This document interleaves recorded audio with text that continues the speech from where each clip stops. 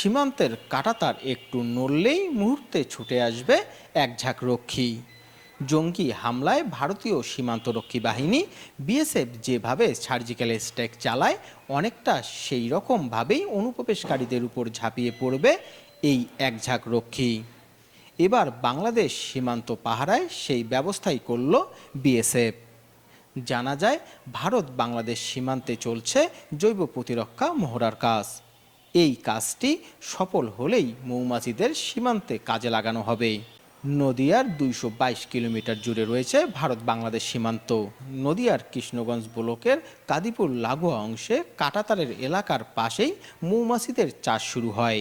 এই কাঁটাতারের পাশেই বসানো হয়েছে মৌমাছির খাঁচা। ভারতীয় একাধিক গণমাধ্যম জানান, কাঁটাতার সীমান্তের গা ঘেঁষে লাগানো হয়েছে খাঁচাগুলি। কাঁটাতার একটু নড়ে উঠলেই বেরিয়ে আসবে মৌমাছির ঝাঁক। অনুপ্রবেশকারীরা পালানোর বা লুকানোর চেষ্টা করলে তাদের ধাওয়া করবে এই ঝাঁক। ২০২৩ সালের নভেম্বর থেকে মৌমাছি পালন করা শুরু হয়। এটি ছিল গ্রাম উন্নয়নে সরকারের একটি প্রকল্প। সীমান্তে অনুপ্রবেশ ঠেকাতে কি করা যায়, সেই চিন্তা থেকে মৌমাছি চাষের বক্সগুলো কাঁটাতারের বেড়ায় রাখা হয়। সীমান্তে এসব বক্স রাখার পর সেখানে অনুপ্রবেশ ও চোরাচালান শূন্যের কাছাকাছি চলে এসেছে, জানালেন বিএসএফ এর এই কমান্ডার।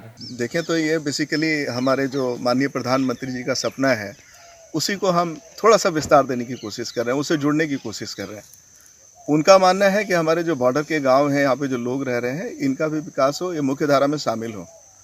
तो ये जो मधुमक्खी का अगर यहाँ पे पालन ढंग तरीके से हो और लोग यहाँ के गाँव वाले इससे जुड़ें, तो मधु की खेती तो होगी ही एक तरह से, और इनको भी अपने खेतों में यहाँ पे काफ़ी चूँकि फसल होती है, तो इससे जुड़ने के बाद काफ़ी आर्थिक फ़ायदा होगा। तो माननीय जो प्रधानमंत्री महोदय हैं, उन्होंने एक वो दिया है vibrant village programme.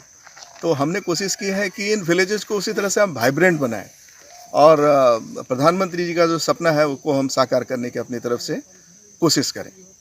Basically fence में कुछ इस तरह से लगाए हुए हैं कि इसको अगर कोई भी फेंस को डिस्टर्ब करने की कोशिश करे या उसको काटे, तो ये डिस्टर्ब होंगे बॉक्सेस, और इससे जो बीज हैं उसके अंदर से वो निकल के और जो भी काटेगा, इनको परेशान करेगा, उस पर अटैक कर देंगे। और आपको जान के बहुत अच्छा लगेगा कि इस पूरे पैच में जहाँ भी ये लगी हुई है, इसके पीछे यहाँ कैटल स्मगलर्स और किसी भी तरह के स्मगलर्स की कोई हरकत अभी निकट भविष्य में मैंने नोटिस ही नहीं की।